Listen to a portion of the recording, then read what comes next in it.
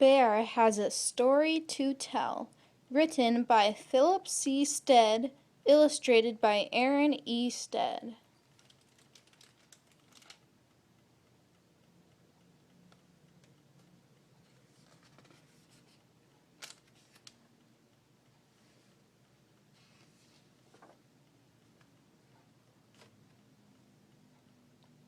It was almost winter and Bear was getting sleepy.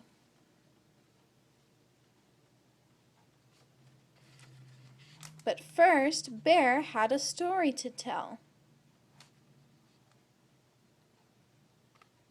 "Mouse, would you like to hear a story?" asked Bear with a yawn.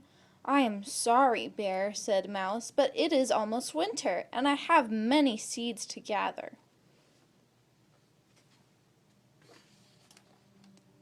Bear helped Mouse find seeds on the forest floor. When they had finished, Mouse said, "See you soon," and tunneled underground to wait for spring.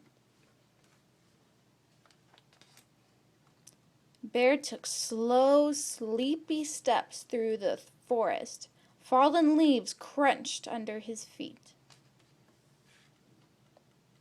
"Hello, Duck," said Bear, sitting down to rest his tired legs. "Would you like to hear a story?" "I'm sorry, Bear," said Duck, "but it is almost winter, and I'm getting ready to fly south." "I will miss you, Duck," said Bear. He raised a paw to check the direction of the wind.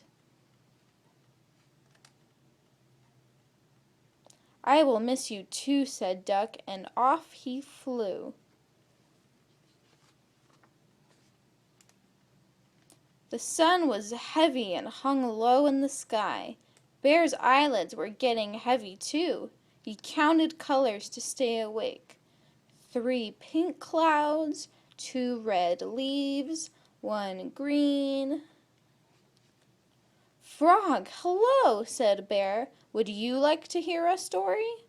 "I am sorry, Bear," said Frog, "but it is almost winter, and I have to find a warm place to sleep." Bear dug a frog-sized hole between 2 evergreens.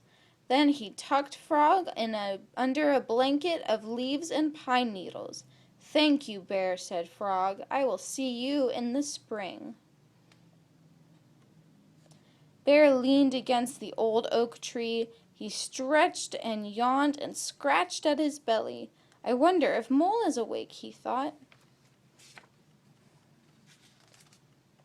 "Mole, are you there? Mole?" Mole was already asleep. "Good night, Mole," said Bear with a sigh.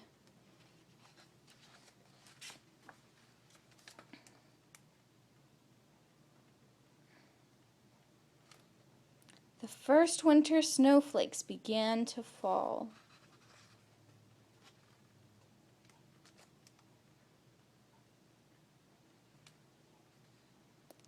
Many months passed, and the sun returned. It melted the snow and woke the trees. Bear rolled out onto the green grass. "It's spring," he said. "Now I can tell my story." But first Bear brought Mouse an acorn. "Thank you, Bear," said Mouse. Mouse was hungry after a long winter. "Welcome home, Duck," called Bear. "You must be tired from your journey." Bear showed Duck a shady mud puddle he'd found. Bear placed Frog in the sunshine till he was warm and awake. Frog opened one eye, then the other. "Good morning," said Bear. Bear, Mouse, Duck, and Frog waited all day for Mole to wake up. Finally, Mole poked his nose out into the moonlight. "Mole," said Bear, "would you like to hear a story?"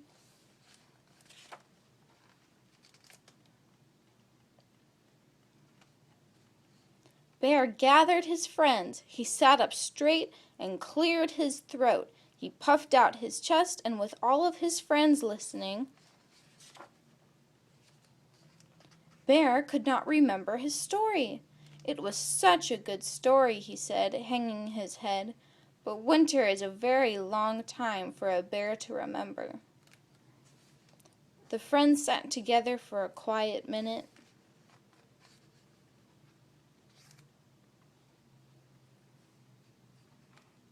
Then Mouse said, "Maybe your story is about a bear." And Duck said, "Maybe your story is about the busy time just before winter." "I think there should be other characters too," suggested Frog. "Like a mole," said Mole, "and a mouse and a duck and a frog." Bear sat up straight again. He cleared his throat, pulled his chest, and began his story with, "It was almost winter, and Bear was getting sleepy."